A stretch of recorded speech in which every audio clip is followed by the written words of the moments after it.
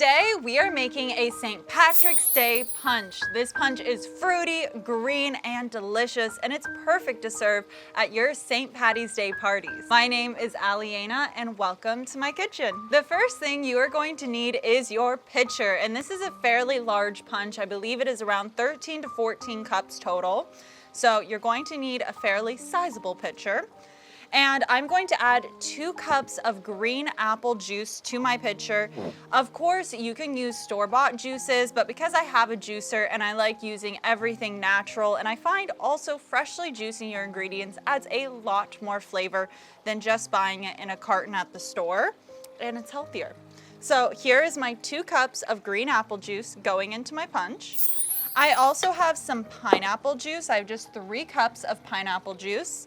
And if you are juicing at home these juices, I recommend using either like a cheesecloth or a strainer just to get some of the foam off the juices, because I want this to be a fairly clear drink. If you don't care, then keep the foam in it. It's up to you. I also have 1 cup of freshly squeezed lime juice. This adds a nice level of acidity to the drink and just brightens it. And the thing I like about this is, even though it's fairly boozy, it's healthy. I'm getting all my fresh juices. And now, since I said it was boozy, let's move on to our booze. This is actually a take on a healthier version of a jungle juice. I actually got the idea to make this because my friend is born on St. Patty's Day, and she used to always make a punch similar to this for her birthday party. So I took some inspiration from her. So the first booze I'm gonna grab is just my Bacardi, some white rum, and I'm going to add 2 cups of white rum to my punch. As always, if you don't wanna make it as boozy, or if you want this to be boozier, you can add or subtract the alcohol liking to your level. So here's 2 cups of Bacardi going in.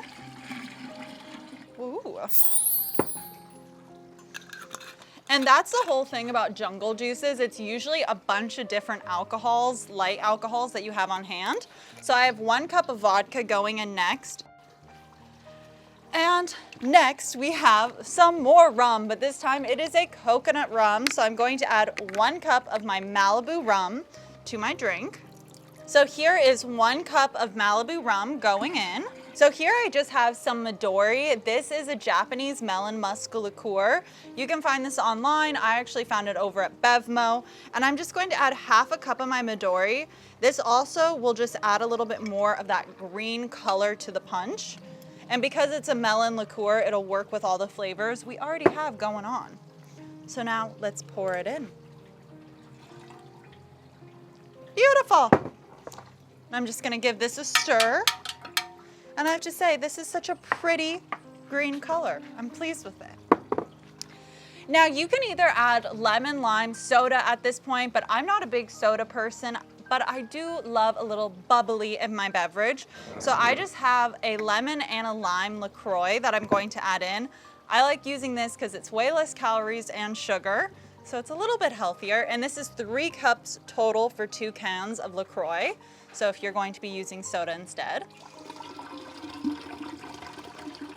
And as just a little garnish in addition to my punch, I have some sliced kiwis as well as some grapes that I just cut in half because it's all the greens today. And let's give this a final stir down. And now it is time for the taste test.